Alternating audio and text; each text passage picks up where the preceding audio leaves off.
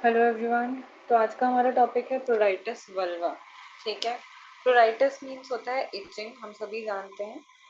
और ये एक ऐसी प्रॉब्लम है जो ज्यादातर सभी फीमेल्स को हो रखी होती है या होती है। मेजर कंप्लेन रहती है फीमेल्स की कि वल्वल पार्ट में क्या हो रही है, इचिंग हो रही है। तो देखते हैं थोड़ा सा एनाटॉमी यहाँ पे दिखा रखी है कि जो एरिया है वल्वा का, एनाटॉमी ऑफ वल्वा दिखा रखा है। Labia minora, labia majora, majora, pubic area, pubic hair होते हैं, क्लाइटोरिस दिखा रखा है, यूरेथ्रा ओपनिंग दिखा रखी है, यूरेथ्रल ओपनिंग, वेजाइनल ओपनिंग दिखा रखी है और एनस। ठीक, तो ये एनाटॉमी रहती है, पता होनी चाहिए वल्वा की। अब देखो टॉपिक पर आते हैं, डेफिनेशन क्या बोल रही है। About 10% of patients attending the gynaecologic clinic complain of vulval itching. ठीक है, तो 10% केसेस जो होते हैं, मानिए कि 100 पेशेंट्स आ रहे हैं तो 100 में से 10 जो होंगे वो प्रोराइटिस वल्वा के कंप्लेन करेंगे कि वल्वल इचिंग हो रही है। ठीक। दूसरा डेफिनेशन देखते हैं, pruritus mean sense of itching. ठीक, हमें पता है प्रोराइटिस मीन्स क्या होता है, इचिंग होता है। when it is confined to the vulva, और जब वो वल्वा तक confined होती है, सिर्फ वल्वा एरिया में हो रही है, तो हम उसे क्या बोलेंगे, प्रोराइटिस वल्वा बोला जाता है। It should not be confuse with pain. इसे हमें पेन से कंफ्यूज नहीं करना है कि पेन अलग चीज है, इचिंग अलग चीज है। तो ये हम सभी जानते हैं, कंफ्यूजन की कोई बात ही नहीं है। अब मैकेनिज्म ऑफ इचिंग देखते हैं कि क्यों हो रहा है। The possible mechanism of repetitive itch scratch cycle are mediated through the following. Special sensory innervation of the area हो सकता है, इसकी वजह से इचिंग हो रही हो। Underlying vascular instability, greater influence by emotions. ठीक, तो इस कंडीशन में क्या होता है, हिस्टामिन प्रोड्यूस होता है, हिस्टामिन लाइक सब्सटेंस प्रोड्यूस होता है जो कि इचिंग का इंडक्शन कराने का काम करता है। अगली चीज, एग्रीवेशन एट नाइट। तो नाइट में ज्यादा एग्रीवेट होती है ये चीज, क्यों होती है, absence of distraction of mind. ठीक, दिन में तो जो पेशेंट है या जो फीमेल है वो इधर उधर कामों में लगी है, डिस्ट्रैक्ट रह रहा है माइंड, तो उधर दिमाग नहीं जा रहा है। और नाइट में एग्रीवेट इसलिए हो रही है क्योंकि डिस्ट्रैक्शन नहीं है कोई। ठीक है, तो उस वजह से इचिंग ज्यादा फील होती है। Tired CNS, central nervous system tired हो गया होता है रात को, तो उस वजह से इचिंग रात को ज्यादा एग्रीवेट दिखाई देती है या फील होती है। Local warmth and lack of aeration इसका एक कॉज हो सकता है। आगे चलते हैं, अब क्यों ये हो रहा है, इसके पॉजिटिव ऑर्गेनिज्म क्या क्या रह सकते हैं। वेजाइनल डिस्चार्ज, इसमें ट्राइकोमोनास वेजाइनालिस, कैंडिडा एल्बिकेंस या फिर दोनों का इन्फेक्शन हो सकता है। लोकल स्किन लीजन्स हो सकते हैं जिनकी वजह से इचिंग हो रही है। ठीक है, लीजन्स में कोई स्किन डिसऑर्डर जैसे सोरियासिस हो सकता है, सिबोरिक डर्मेटाइटिस हो सकता है, सीवम की वजह से जो होता है, इंटरट्रिगो, ये भी एक तरह की स्किन डिजीज है, स्किन में इन्फ्लेमेशन डेवलप हो जाता है, तो इसकी वजह से भी इचिंग देखी जाती है। इन्फेक्शन ऑफ वल्वा, इसमें फंगल इन्फेक्शन आ सकता है, कैंडिडा का वायरल इन्फेक्शन आ सकता है, हर्पीज, जेनाइटल वॉर्ड्स हो सकते हैं, पैरासिटिक इन्फेक्शन हो सकता है, एसटीडी की वजह से भी इचिंग हो सकती है। ठीक है, तो इतनी सारी हमने एटियोलॉजिकल फैक्टर्स देख लिए जो इचिंग कॉज करते हैं।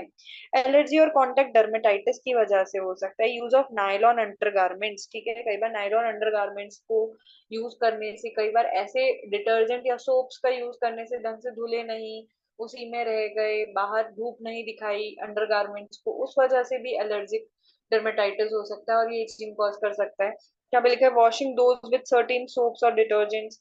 आइडोसिनक्रेसी टू केमिकल कॉन्ट्रासेप्टिव्स, कई बार क्या होता है कि केमिकल कॉन्ट्रासेप्टिव यूज करें हैं, उनका साइड इफेक्ट हो सकता है, एडवर्स इफेक्ट हो सकता है, कॉन्डम्स का एडवर्स इफेक्ट हो सकता है, राइट। अब कुछ कॉजेज आते हैं, नॉन नियोप्लास्टिक एपिथेलियल डिसऑर्डर्स। ठीक, नॉन नियोप्लास्टिक है, कोई ट्यूमरस कंडीशन नहीं है, स्क्वामस हाइपरप्लेजिया की वजह से हो सकता है, लाइकेन स्क्लेरोसिस की वजह से हो सकता है। कंडीशन आती है लाइकेन प्लेनस, लाइकेन स्क्लेरोसिस, ये भी एक स्किन कंडीशन होती है जिसकी वजह से प्लूराइटिस हो सकता है। नियोप्लास्टिक एपिथेलियल डिसऑर्डर्स हो सकते हैं। ठीक है, नियोप्लाज्म एपिथेलियम का तो ज्यादा एपिथेलियम बनती है और ज्यादा ही क्या होगी, डिस्ट्रॉय भी होगी। अब जो स्केल्स रह जाएंगे स्किन के, उन वो क्या करेंगे, इचिंग कॉज करेंगे। अगला आता है वीआईएन। वीआईएन होता है vulval intra epithelial, intra epithelial neoplasia. ठीक है, ये भी एक कॉज हो सकता है। पेजेट डिजीज एक कॉज हो सकता है। इन्वेजिव कार्सिनोमा इसका एक कॉज हो सकता है, रिस्क फैक्टर्स हम बोल सकते हैं।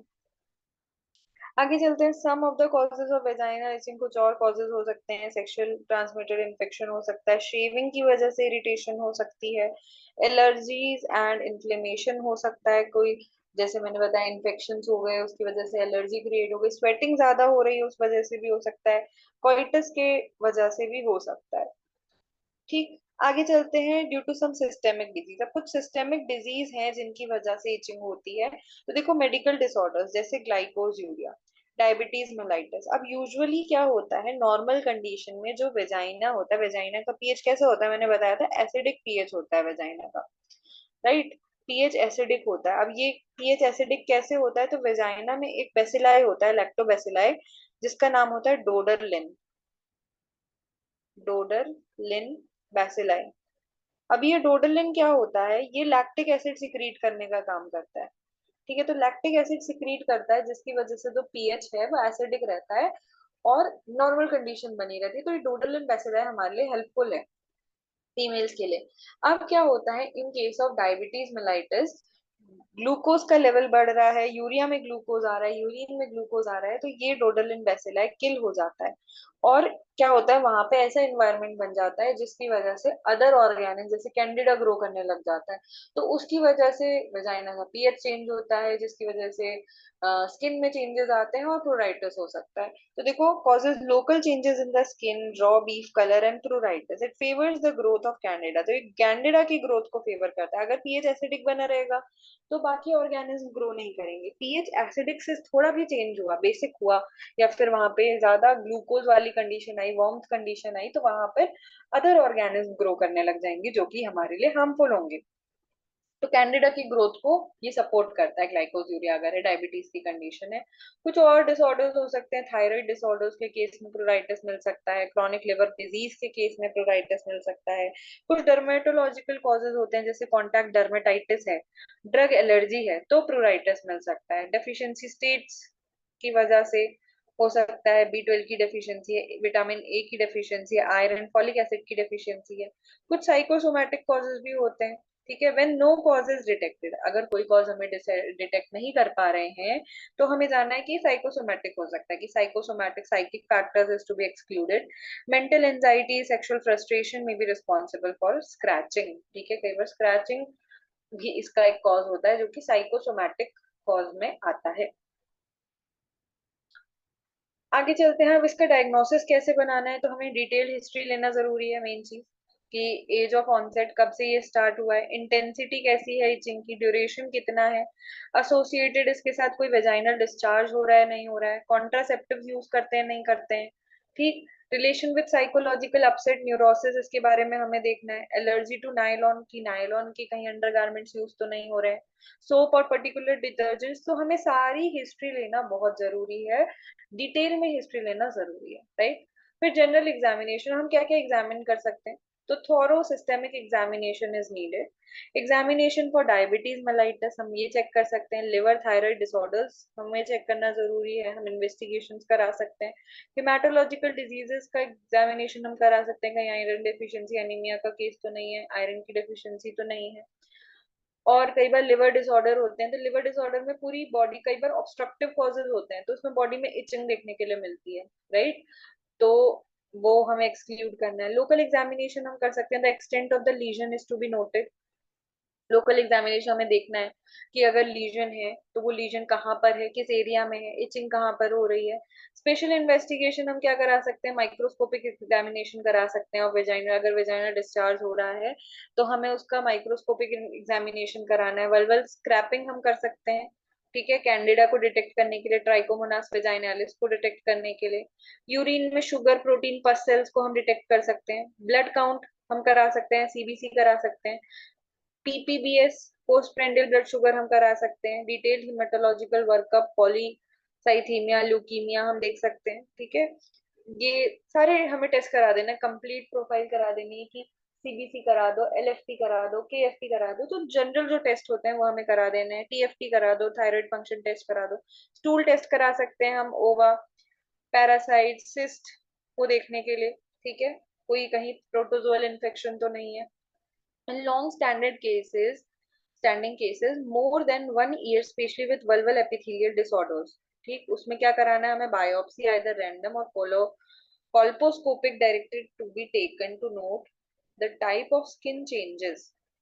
ठीक है, तो हम क्या करा सकते हैं? हम बायोप्सी करा सकते हैं। ठीक है, कॉल्पोस्कोपिक बायोप्सी करा सकते हैं कॉल्पोस्कोप की मदद से। तो ये सारे हमने देखे कि हमें क्या क्या डायग्नोसिस हम करा सकते हैं और क्या क्या जनरल एग्जामिनेशन हम कर सकते हैं।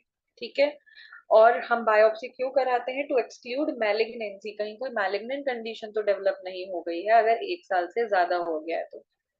ठीक, तो अब हमने देख लिया कि डायग्नोसिस कैसे बनानी है प्रोराइटिस वल्वा की। अब इसमें ट्रीटमेंट क्या करेंगे? तो appropriate local hygiene is to be taken care of. Main चीज है कि लोकल हाइजीन मेंटेन करके रखनी है। लूज फिटिंग अंडरगारमेंट्स पहनने हैं। ठीक है, कॉटन के पहनने हैं to keep that area aerated, वहां पे एयर जाती रहे। ठीक है, क्योंकि अगर मॉइस्ट इन्वायरमेंट होगा, एरेशन नहीं होगा प्रॉपर, तो फिर से माइक्रो ऑर्गेनिम्स की ग्रोथ के चांसेस रहते हैं। ठीक है, टू प्रिवेंट विस्कस साइकिल ऑफ इट स्क्रैच। फिर आते हैं local application of antibiotic clobetasol दिया जाता है। प्रोपोर्शनेट 0.05% ऑइंटमेंट में बी हेल्पफुल। तो एंटीबायोटिक को ऑइंटमेंट दिया जाता है लगाने के लिए, लोकली एप्लीकेशन के लिए। In if the skin is atrophic, oestrogen and testosterone cream may be helpful. कई बार ईस्ट्रोजन टेस्टोस्टेरोन क्रीम दी जाती है। To treat the specific etiological factors causing pruritus by appropriate therapy, local और systemic। हम कई बार लोकल थेरेपी के साथ साथ सिस्टेमिक थेरेपी भी देते हैं। कई बार इन्फेक्शियस कंडीशन है तो हमें उसमें एंटीबायोटिक्स ओरली भी चलाने पड़ते हैं, राइट। अब सर्जरी ये रेयरली ही की जाती है। तो जब बायोप्सी से कंफर्म हो जाता है कि क्या है, कोई नियोप्लेजिया का केस है, वल्बियायन वल्वल इंट्रा एपिथेलियल नियोप्लेजिया है या फिर इन्वेजन है, तो हमें तब सर्जरी करनी होती है। उस केस में हमें सर्जरी करनी होती है जब वहां पे कोई नियोप्लास्टिक कंडीशन डेवलप हो रही है। अदरवाइज हम क्या करते हैं? हम एंटीबायोटिक चलाएंगे, हम लोकल हाइजीन मेंटेन करेंगे। पेशेंट के जो क्लोथ्स हैं, अंडरगारमेंट्स हैं, उनको अगर वो नायलॉन के यूज करते हैं तो कॉटन के प्रेफर करेंगे। एरेशन मेंटेन करेंगे वहां उस एरिया में। ठीक है, तो ये सारा ट्रीटमेंट रहता है जनरली। एंटीबायोटिक्स ही इसमें यूज की जाती है। तो ये हमारा प्रोराइटिस वल्वा खत्म होता है। इसको पढ़िए और इसके नोट्स कंप्लीट करिए। एग्जाम में शॉर्ट क्वेश्चन में पूछा जा सकता है। इस बार आप लोगों के सिलेबस में ऐड हुआ है, अभी तक था नहीं है।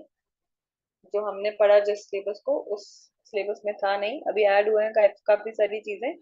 तो ये पढ़ना जरूरी है। नए टॉपिक जनरली पूछ लिए जाते हैं शॉर्ट में, तो ये आ सकता है। ठीक है, मिलते हैं नेक्स्ट क्लास में। Thank you.